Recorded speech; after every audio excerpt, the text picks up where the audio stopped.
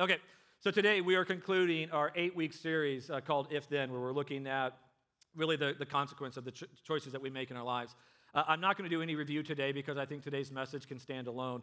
But what I want to encourage you is if you missed any of the previous 7 weeks, please go back and watch them online because I really do think they'll add value to your life. What we've been looking at over the last few weeks is there something that Jesus said that's incredibly profound in that he took a really complicated issue and he reduced it down to a statement to make it understandable for everyone. And for me as a communicator, I'm always impressed by that. I'm always in awe of communicators that can do that.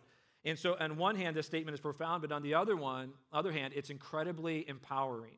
And the reason it's incredibly empowering is because the statement that Jesus said is understandable to every single person. So it clearly gives us direction on what we're supposed to do.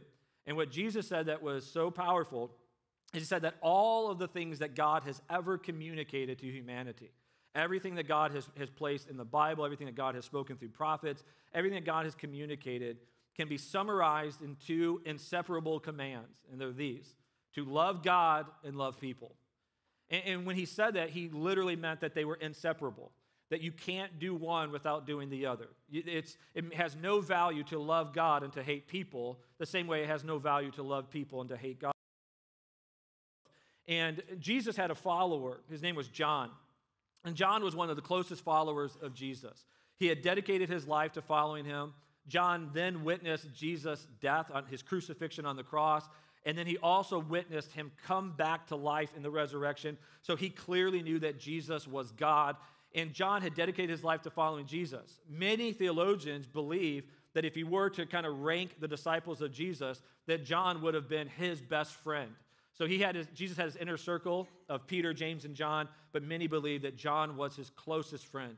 And John wrote a couple of letters, actually multiple letters that he passed out to the Christian community at large, where he was instructing them on some beliefs that they need to have in their lives, somewhat to correct some mis-teachings that had been spreading around the Christian community. And in his letters that he wrote, in one of them, he summarized this principle that Jesus taught. He did it, I think, very clearly. He said this, 1 John 4:20, "If anyone says, 'I love God,' and hates his brother, he is a liar." How's that for being direct? Right? You guys are so quiet. Is this how it's going to be today? Are you guys still thinking about the hat? Come on, let's move past that, right? No, I mean, I love what I'm going to teach today. I'm super excited, but I need a little bit of feedback. I need you to engage, okay? So if I say something, just lie to me and smile and nod your head, even if you're not paying attention, okay? Does that sound fair? What a horrible response to another joke, okay? I'm going to depend on what you say, Matthew. That's the image you guys are giving me. Okay, well, let's just go forward with it, okay? So he goes on and says, "For he who does not love his brother whom he has seen cannot love God whom he has not seen. And this commandment we have from him, being from God, whoever loves God must also love his brother." So I think it's just a beautiful summary of what Jesus taught. But it's actually what John said immediately prior to these verses that I think demands our attention. Because what John says immediately prior to this gives this verse and these verses context for us to understand.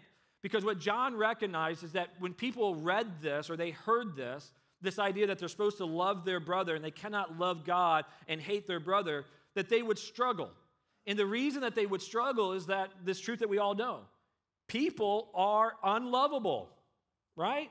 I mean, people can be brutal with their behavior, with how they speak, how they act. They can be aggressive, they can be violent, they can betray. And so people would struggle thinking, like, loving God and loving people are two separate things. How can we possibly say that we are called to love everyone? And when it says brother, it's not talking about your biological brother. It's just talking about people in general. How can we possibly love all people knowing that people are going to be unloving?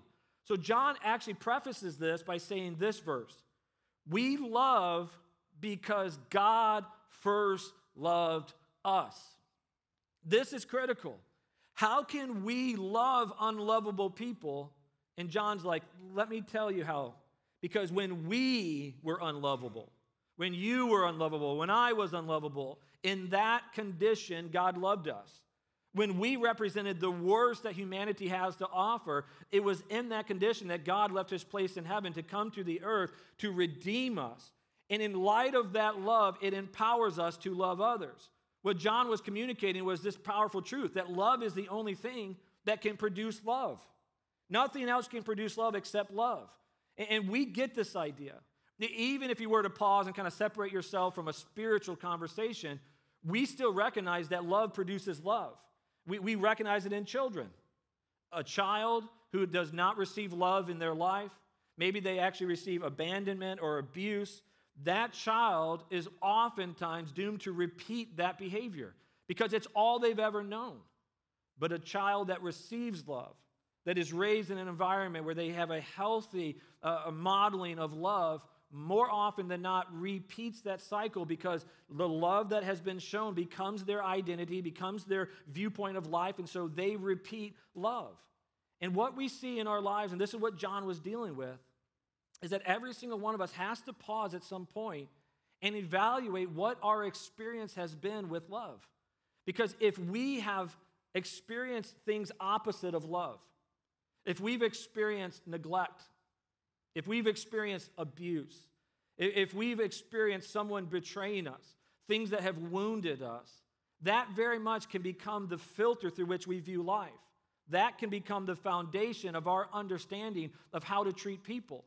And it's why it's so difficult for some to love God and to love people because they've never experienced love. They never understand it. And sometimes our response to the evils that get inflicted on us, if we're just being honest, are illogical. And I don't say that at all to condemn someone. I'm just saying they're illogical in this sense. Someone can abuse a victim, an innocent person, and that person is innocent. And yet it's the victim who feels the shame. That's illogical. The person who's guilty should feel the shame, and yet the victim is the one who feels the shame. Sometimes it's the victim who feels the guilt, and as a result, experiences insecurity. And in our lives, it doesn't matter if we are guilty or innocent. When we experience evils in life, it has the ability to shape our understanding of love. And we see this. People who experience shame, whether it's because of someone else's abuse or maybe they did something wrong and so they feel shame, they have an inability to connect because if you feel shame, you don't want to be vulnerable. You don't want to extend yourself.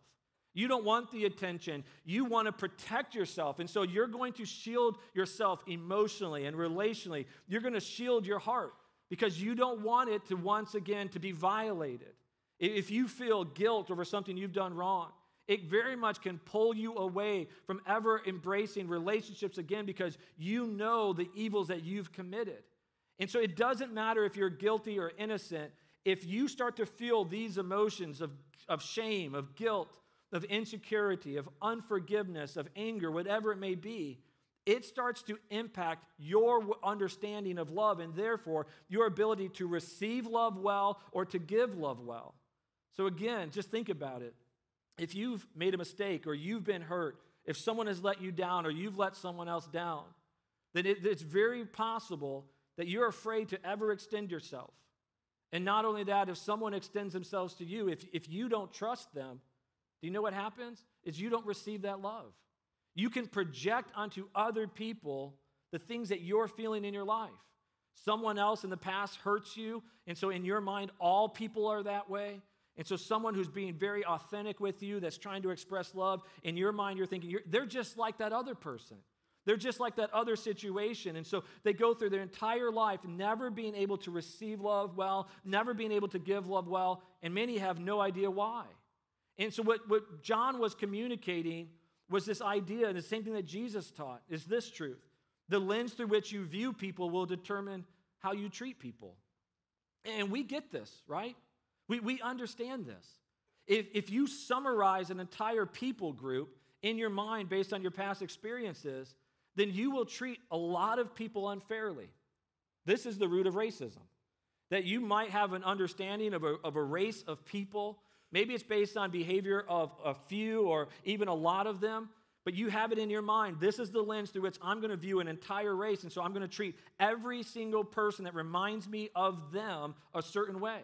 And that can be good or bad. Obviously, racism is always bad. And so think about it in your life. If you've had a spouse hurt you, maybe they lied to you, they betrayed you, maybe they abandoned you, and so maybe it was your husband who did that. It's very possible for you to have a mindset, well, all men are that way. Or maybe it's your wife who abandoned you, and you can have a viewpoint, all women are that way. Or maybe a person in a position of authority, they misused that authority, and it hurt you, it wounded you, and so now you view all authority the exact same way. Every boss, your parent, every person the same way. Why?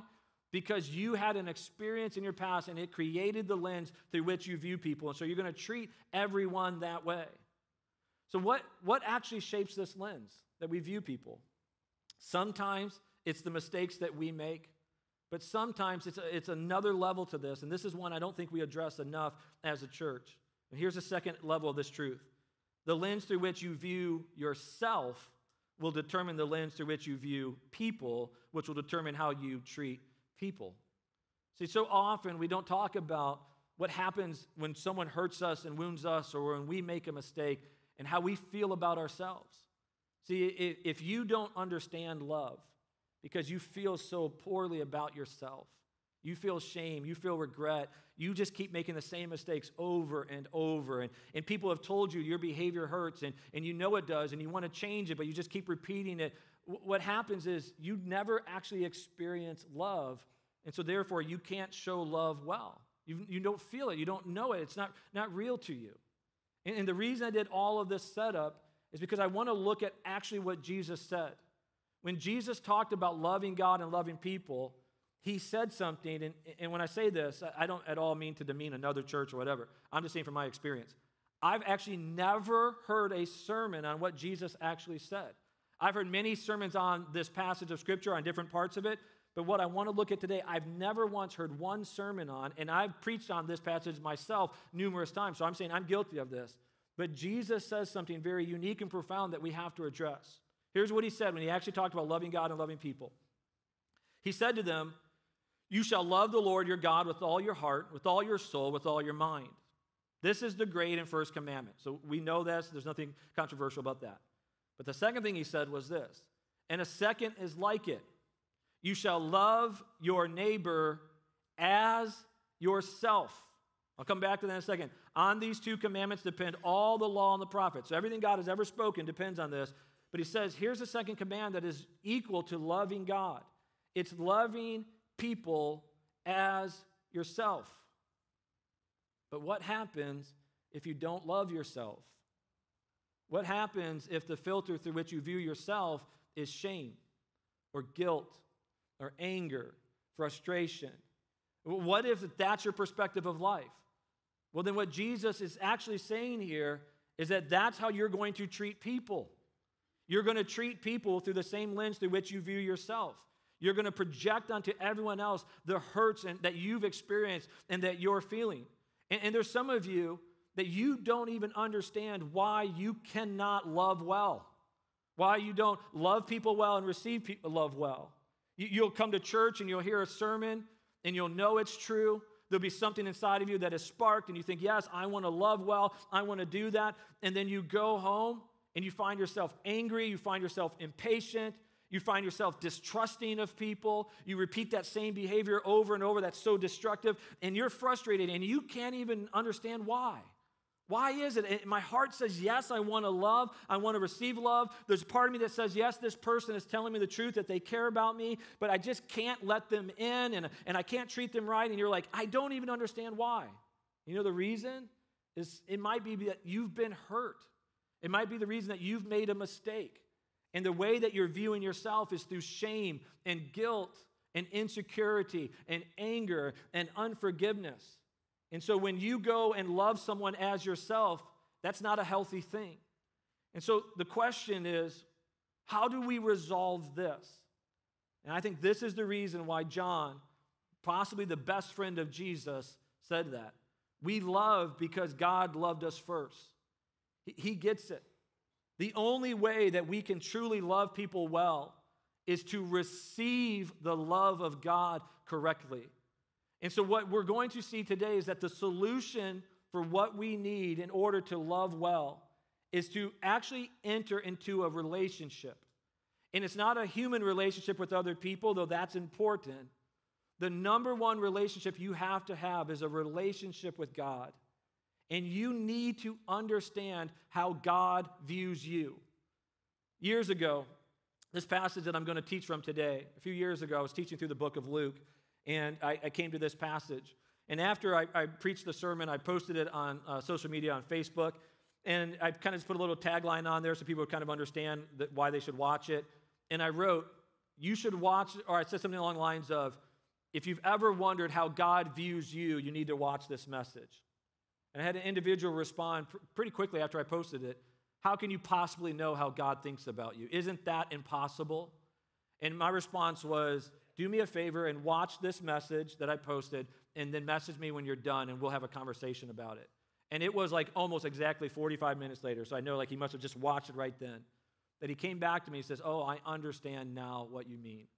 Because the passage we're going to look at today is the clearest, I think, in Scripture. It's my absolute favorite passage in the Bible, a clearest representation of how God views us. And when you understand this, it has the potential to radically change your life. And so if you have a Bible or electronic device, you can turn to Luke chapter 15. If not, the scriptures will be on the screen.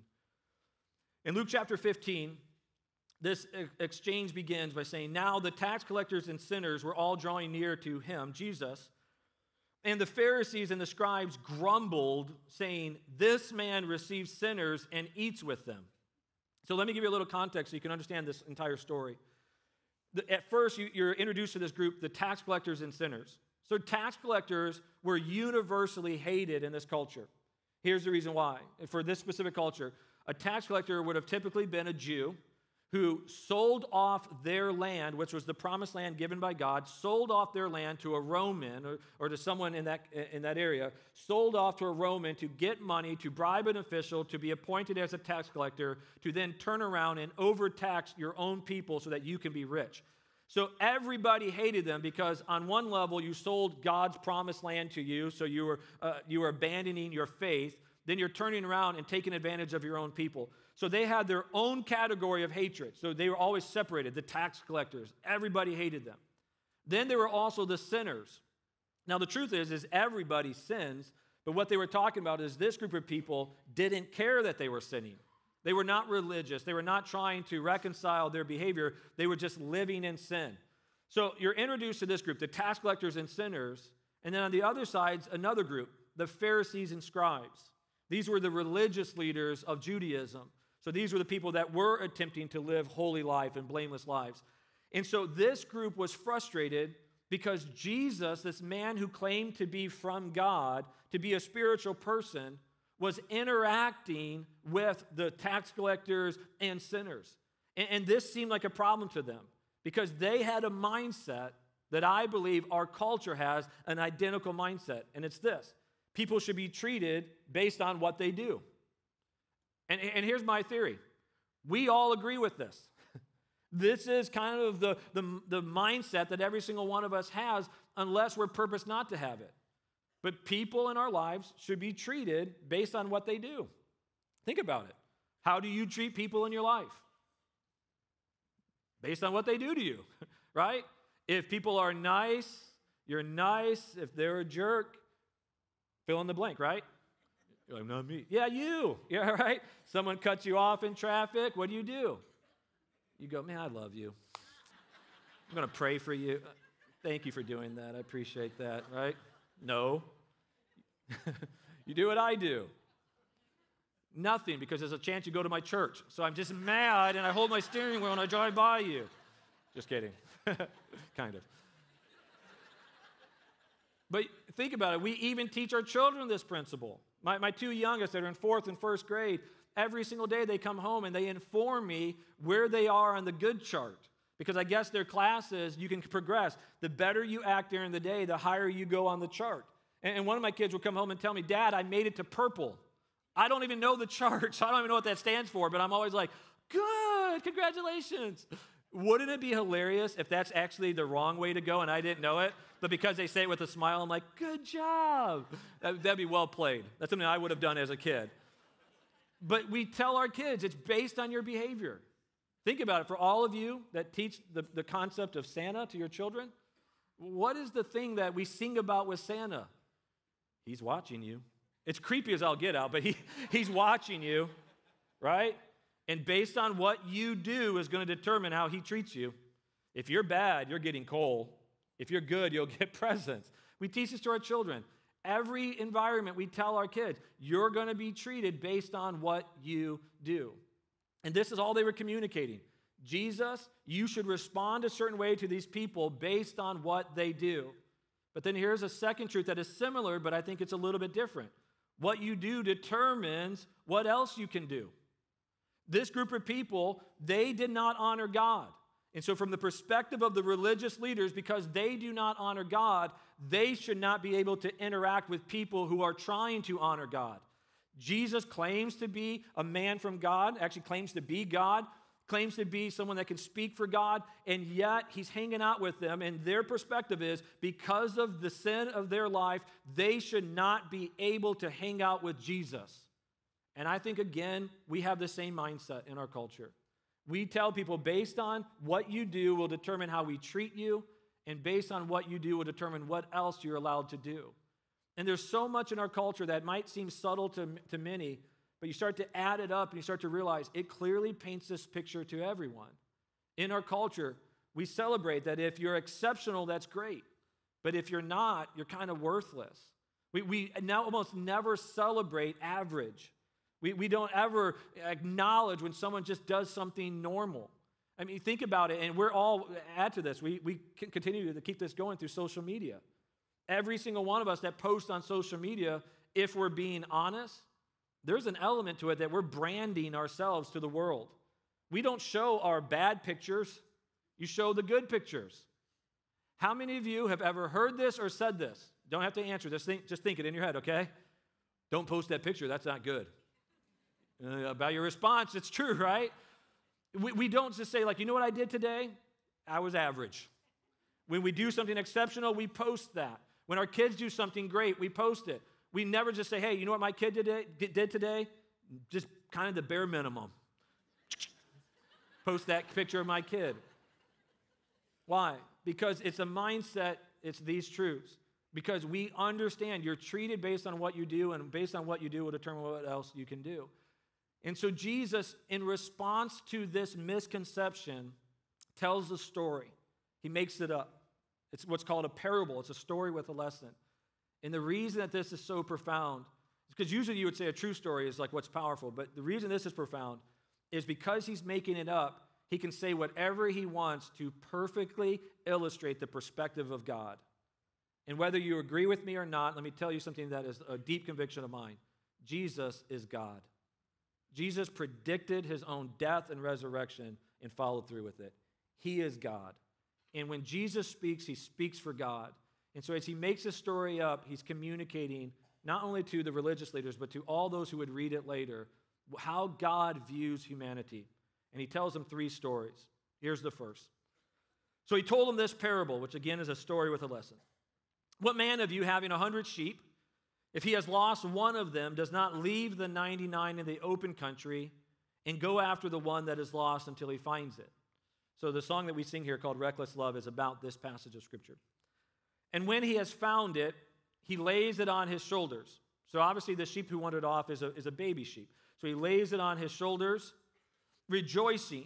And when he comes home, he calls together his friends and his neighbors, saying to them, rejoice with me, for I have found my sheep that was lost. Jesus continues, just so I tell you, there will be more joy in heaven over one sinner who repents than over 99 righteous persons who need no repentance. So when Jesus tells a story, I have to be honest. I don't agree with Jesus. I know that sounds kind of shocking, but I'm just saying my natural response is not one of agreeing. When Jesus says, which one of you, if you had 100 sheep and you lose one, would leave the 99 by themselves to go seek after the one? I have to tell you, I'm being honest. I'm not just saying this to kind of illustrate a point. I think if Jesus asked me that question, and he would go, which one of you wouldn't do this? I'd be like, me? I don't know that I would leave 99. That seems irresponsible to me. It seems illogical. Now, what I would do, because I am compassionate, I would get someone to come watch the sheep and then go find the one. Yeah, okay. Some of you are laughing at me, I have a feeling, but yeah, right? I would get someone. I'm saying if I'm just following the story that Jesus told, I don't know that I would leave the 99 to go after the one. But Jesus goes, this is the heart of God. This to the world seems reckless. This to the world seems irresponsible. This doesn't make sense. That sheep wandered off. That sheep is just counted as lost. Sorry, sheep, you should have stayed with the others. But Jesus goes, here's the perspective of God. God says, I'm willing to risk it all to find that sheep. And when I find that sheep, I don't rebuke the sheep. I don't beat the sheep. I throw the sheep on my shoulders and I carry it back and I have a party and I celebrate. And he goes, let me tell you, this is what happens in heaven. All of heaven is aware of what's going on here on earth. And when one person gets saved, heaven throws a party. So he tells this story. But let's just be honest. A part of the story you look at and you go, okay, not super shocking of a story in the sense that, please bear with me, sheep are stupid animals. So when a sheep wanders away, you're like, that's just sheep being sheep, right? That's not like an abnormal thing. They're just kind of, and every single time I say that, people go, but they're so cute. Okay, they might be cute, but they're not super intelligent, okay? Can we agree on that? And so when he tells a story, it's not super shocking, but then he tells another story. Or what woman, having 10 silver coins, if she loses one coin, does not light a lamp and sweep the house and seek diligently until she finds it? And when she has found it, she calls together her friends and neighbors, saying, rejoice with me, for I have found the coin that I had lost. Just so, I tell you, there is joy before the angels of God over one sinner who repents. So he tells us this other story that, again, shows the imagery of God seeking after the lost. Because, again, he's given his perspective of how God views the sinner, how God views the lost person. And he's saying this is what God would do if he was lost. He would drop everything to seek after you. God cares. And when you are found, God would throw a party and God would celebrate. But once again, when you hear this story, as you think about the responsibility of the coin, you go, it's a coin, it doesn't have a brain, it's not thinking. So there's a part of you that goes like, that's not really shocking. So these first two stories were kind of just primers. And then Jesus tells a story that is so shocking, every single person who heard it in the audience would have had the exact same response. There would not have been a single variety of responses. He makes up this story purposely to be so shocking so that no one could look at this story and go, well, my story is outside of it. Every single person could find their story inside of this story. This is how bad it is. No one would be worse than this story. And what I'm going to do is I'm going to tell you the story, and I'm going to tell you the offenses of the son. This is often referred to as the prodigal son. But I want you to clearly know this truth. This is not a story about the son. This is a story about the father. And here's the story. He says, and he said, there was a man who had 2 sons. And the younger of them said to the father, Father, give me the share of property that is coming to me, so my inheritance. And the father divided his property between them. Here's offense number 1. The son wants blessings without relationship. This is so shocking that when the audience hears this, they wouldn't have even known how to respond to it. The son literally walks up to the father and goes, Dad, let's pretend you're dead and give me my inheritance. The audience would have just been like aghast at this, like, whoa, the son said what? Now you have to go back 2,000 years ago to this audience. They could have, at the bare minimum, responded by beating this son and driving him out of the family. But they could have also killed him. To disrespect and dishonor your father and mother, they could have stoned him to death, and the culture would have understood. So as Jesus is telling this story, the son comes to the dad and says, Dad, there's so many layers of why this is wrong. I want all the blessing of being in a relationship. I want my inheritance, but I just don't want a relationship with you. And this is wrong on so many levels. 1, because of the disrespect. But 2, your inheritance is not determined until your father dies. Your father can spend all of his money however he wants to spend it for the rest of his physical life, and then when he dies, he can determine what he leaves to you. So you don't even know what's going to be needed. You don't know what's going to happen, if a drought's going to hit the land, or famine, or sickness, or whatever. So you don't even know what's coming your way. Here's the second part of it. He's the younger son. The older son would get 2 portions to his 1 portion. So not only is it disrespect to the dad, but it's actually a disrespect to his older brother. And so as he says this, Father, I don't want a relationship with you. I just want the blessing. The audience, if they would have had even an ounce of sensitivity in their hearts, they would have recognized that Jesus was talking to them too. Because this is what Israel had done year after year with God. God, we don't actually want to obey you. We don't want to serve you, but we want all the blessings that come from a relationship. Protect us, bless us, prosper us, but we will do whatever we want to do. Now, let's pause for a moment. I think if we have an ounce of sensitivity in our own hearts, we'll go, this is what we do too. This is what our culture does too. Our culture will reject God in every capacity. And the moment that tragedy strikes, what happens? They want to pray. They want to ask God's blessing. God, who is gracious and generous, responds because it's who he is, but it's still the same rhythm. And so as Jesus is telling the story, the first offense is that. He continues and says, not many days later, the younger son gathered all he had and took a journey into a far country, and there he squandered his property in reckless living. It will later be defined that he lived a sinful way, even engaging in prostitution. And when he had spent everything, a severe famine arose in that country, and he began to be in need. So here's the second offense. He wasted everything the Father gave him on reckless and sinful living. As if his request wasn't offensive enough, what the Father gave him, he didn't go and invest and become the successful man. He just went and he squandered it completely. So again, the audience, if they had sensitivity, would have recognized they do the same thing. Us that are here today, if we have sensitivity, we'll recognize we do the same thing. God gives us our lives, and he blesses us in so many ways. And yet we consistently run towards sinful things and destructive things, and we dishonor him. Why? Because it is the rhythm of our lives to be self-focused, and this is what the son did. So Jesus continues with the story. He says, so he, the son, went and hired himself out to one of the citizens of that country who sent him into the fields to feed pigs. And he was longing to be fed with the pods that the pigs ate, and no one gave him anything. So here's offense 3. He worked with pigs, making him more defiled. Jesus is speaking to a Jewish audience, and so this would have been a Jewish son. And the Jews had nothing to do with swine. They saw him as a dirty animal, defined by God that way. And so if they came into contact with swine, they would be ceremonially defiled. So they would even have to go through a process of cleansing. I really believe at this point, Jesus is just piling onto the story to make it so ridiculous. It almost like he just thought, what could I say that could make this worse? Okay, and he worked with pigs. Just to so shock the audience. So this son insulted the father. He wasted everything. He's now ceremonially defiled. And so he is dirty in every way. And so Jesus continues with the story. But when he, the son, came to himself, he said, how many of my father's hired servants have more than enough bread, but I perish here with hunger? I will arise and go to my father, and I will say to him, Father, I have sinned against heaven and before you. I am no longer worthy to be called your son. Treat me as one of your hired servants. Some at this point think that there's a change of heart with the son, but there's not. There's just more arrogance. He doesn't have a conviction of, oh, no, I've done something wrong.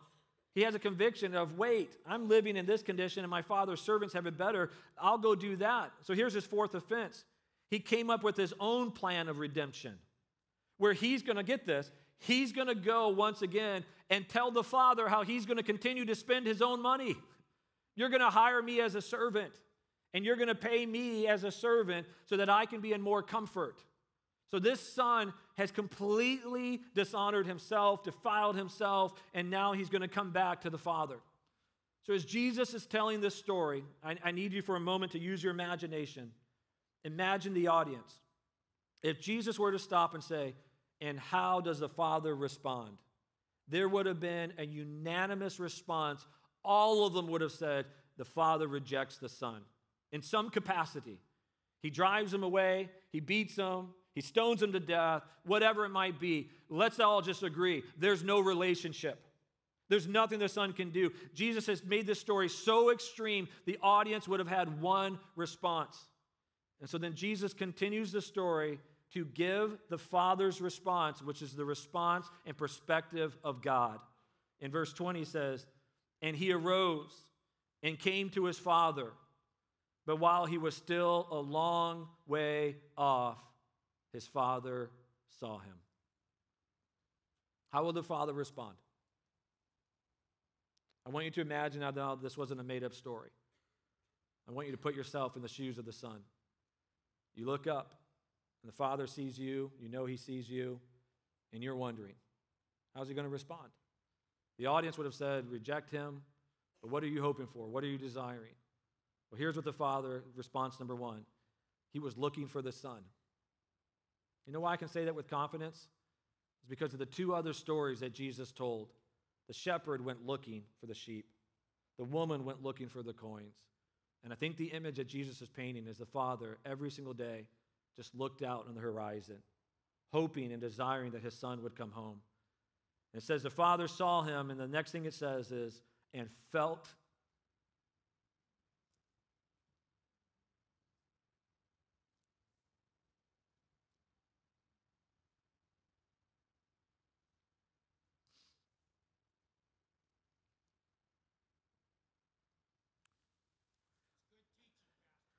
He felt compassion.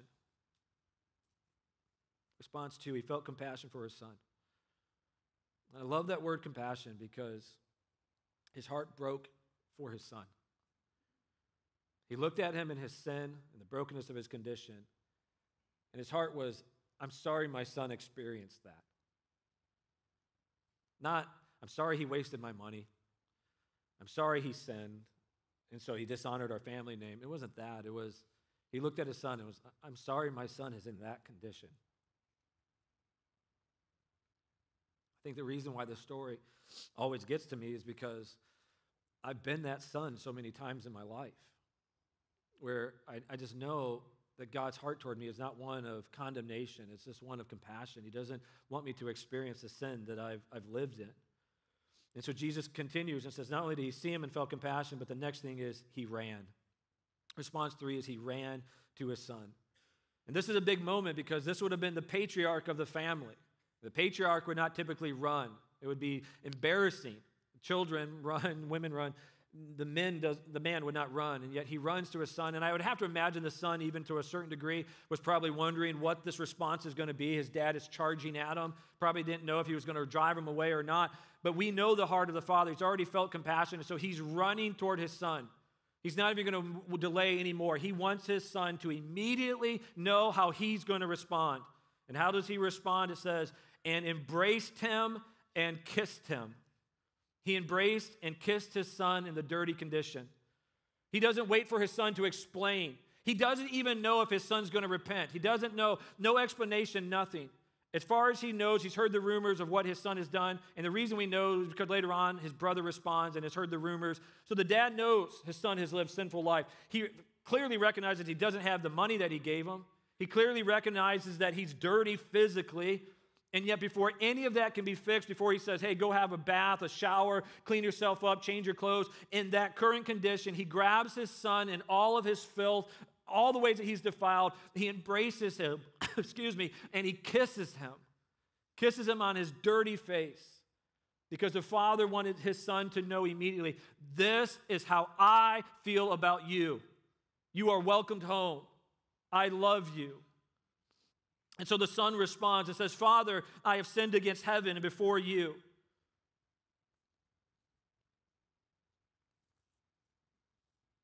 I am no longer worthy to be called your son. The father just cuts him off. But the father said to the servants, bring quickly the best robe, which would have been his robe, and put it on him. And put a ring on his hand, that would have been the signet ring, the ring of the family, and shoes on his feet. See, response number 5 is he did not accept the son's lesser plan of redemption, but instead restored him to total sonship. Son comes, Dad, I'm dishonored. I need to be a servant. I need to be rejected. And the father doesn't even hear it. You're my son. This is how I view you. No matter what you do, you're my child. You're my son, you're my daughter. This is how God views us. It doesn't matter what you do right or wrong. It does not change the fact when God looks at you, he has compassion. When God looks at you, he loves you. When God looks at you, he sees his son and daughter. And he wants you to know that. And so the father's final response is, and bring the fattened calf and kill it and let us eat and celebrate. For this is my son who was dead and is alive again. He was lost and is found. And they began to celebrate. Response 6 is he threw a party because he was happy his son was alive and home. Friends, this is how God views you.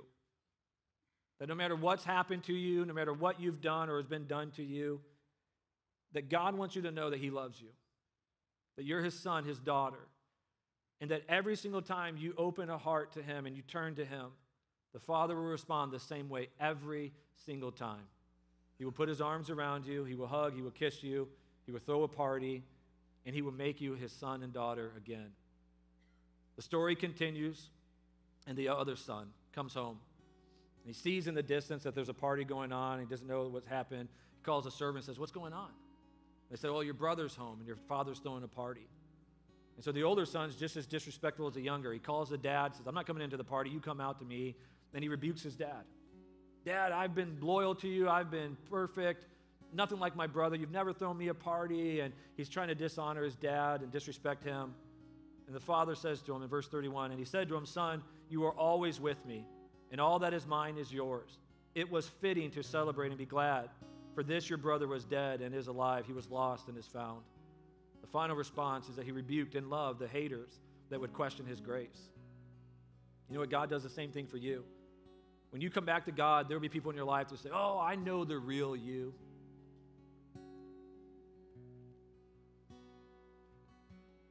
When I was younger in the ministry, I had people that said that to me. I haven't had it in a long time, but where people would say, "Oh man, I know the real you." You know what I would think? Yeah, so do I. I know more vividly than you do the real me. The unqualified person. But when God looks at us, he says, "You know what? It's my plan of redemption. It's my love. It's what I will do for you." And when we look at these three stories that Jesus tells, they're powerful. But do you know it's not the most powerful story that Jesus ever told? See, the fourth story that Jesus told, he didn't tell with his words. He told with his life. Jesus would sometime after this surrender his life and go to the cross and die. Even though he had never sinned, never did anything wrong. It was nothing like the two sons. He did it so that he could redeem back all the people who sinned.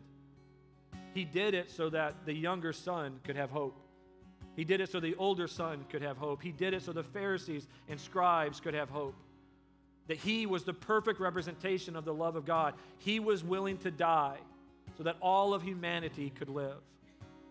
And so if you're here today and you're feeling shame, guilt, insecurity, anger, unforgiveness, any emotion that you know is gripping your heart and hindering your ability to receive love and to give love well, then know this truth.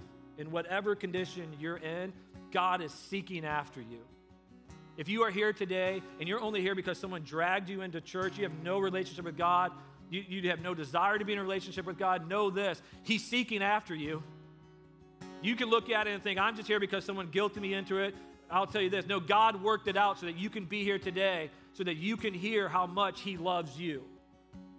If you're here today and you're going, "Matthew, you don't know my past. You don't know the things I've done wrong, the evils I've committed." I'd say, "You know what? You're right. I don't. But God does, and he loves you in spite of that. Because it's not a story about your failures. It's a story about his love. And he wants you to know he loves you. And he wants you to know that you can have hope, that he can change your life, and he can take all of the dysfunction, all of the hurt, all of the evils that have been done to you and through you, and he can redeem it. And he can make something wonderful out of your life. And if you're here and you've been a Christian for many years, and maybe you're starting to lean toward that same personality as the older brother, maybe self-righteous, God would want to say to you today, just remember, he loved you and still loves you when you're at your worst. Let the love of God change your heart so that you can love people well and receive love well.